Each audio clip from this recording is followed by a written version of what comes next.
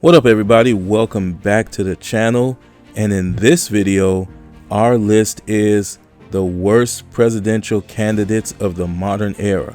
That's right, the worst presidential candidates of the modern era. We're going to classify it as from 1960 until present day. So let's roll.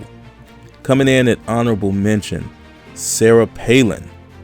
Sarah Palin was not even a presidential candidate. Technically, she was a vice presidential candidate, but she was such a poor choice that we had to find space for her on the list, so we brought her in at honorable mention.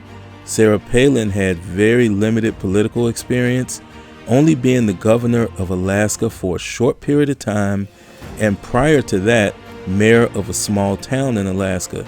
She had an extreme lack of knowledge of things that you would expect your president to be very well versed in, such as foreign policy, and she was even shunned by her running mate, Republican nominee John McCain, who really wanted no part of her. Sarah Palin was just not a good choice at all, but in her defense, she did bring a lot of spunk to their campaign. Nonetheless, she was still an awful candidate. Number 10, John Kerry. John Kerry was probably the most boring candidate in the history of candidates, but somehow he became the Democratic Party's nominee in 2004. This man had almost no charisma and no personality, but he actually was solid, at least record-wise, as a politician. But he was so boring that I had to give him a spot. And the funny part is, he actually came close to winning. So, the cure for insomnia, John Kerry takes the number 10 spot. Coming in at number 9, Michael Bloomberg. Now, this election may surprise some because Michael Bloomberg was viewed as a very successful mayor of New York City in the early 2000s. And he was definitely seen as an extremely successful businessman, founding Bloomberg Financial in 1981. But the fact that he spent $700 million of his own money to poll almost last and do very poorly in the voting is the reason why Michael Bloomberg is number 9. Number 8, the current president, Joe Biden. And yes, Joe Biden has won the presidency, and he also was on the winning side twice as a vice presidential candidate with Barack Obama. But his diminished cognitive skills, sleeping during actual political events, looking confused, and just like he has no clue of what's going on at times, definitely still makes him a very poor candidate. And the fact that he was removed by his own party by the current election lets you know that Joe Biden was not a good candidate and is not a good candidate. So Joe Biden takes the number 8 spot. Number 7, John Edwards.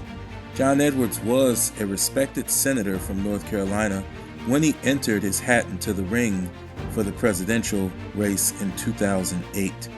But John Edwards behind the scenes was a very, very awful candidate and a person of zero morals. His wife was gravely ill, battling cancer. John Edwards was involved in extramarital affairs during this time and continued it even after his wife's prognosis was deemed as terminal.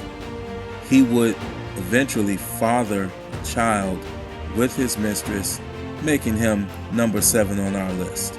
Number 6, Hillary Clinton. Hillary Clinton ran for president in 2016 and had lots of experience in the White House, being the first lady with Bill Clinton from 1992 until 2000, and then going on to successfully become a senator in the state of New York. But Hillary Clinton really failed to connect with voters. She was very distant and just did not come across as approachable or be able to expand her base beyond what she already had coming into the race. And this makes Hillary Clinton number 6 on our list. Number 5, George Wallace. The former governor of Alabama decided to run for president as a third-party candidate in 1968, but his racist and segregation views gave him no base beyond the Deep South. After all, this was the man that said, segregation now, segregation tomorrow, and segregation forever. And that just didn't connect with voters as the U.S. was changing at that time. Number 4, Dan Quayle. Dan Quayle actually served as vice president under George Bush from 1988 until 1992. But outside of that, he had zero personality. There was nothing memorable about him, and there was no way that he was going to connect with voters. He was so forgettable that I won't spend any more time on Dan Quayle, as he has definitely earned his spot on this list of the top 10 worst presidential candidates of the modern era, and he proudly sits at number 4. Number 3, Jimmy Carter. Jimmy Carter was elected president in 1976, but he had a very rough term.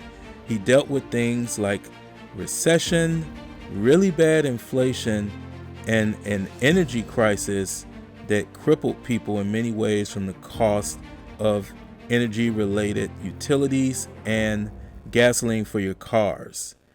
He ended up being a pretty unpopular president towards the end, and he was totally smoked in the Electoral College voting in 1980 versus Ronald Reagan. 489 votes to only 49. He only carried 6 states. Poor Jimmy Carter. Number 2, George McGovern. George McGovern, the senator from South Dakota, was beaten so badly by Richard Nixon that he didn't even carry his own state of South Dakota.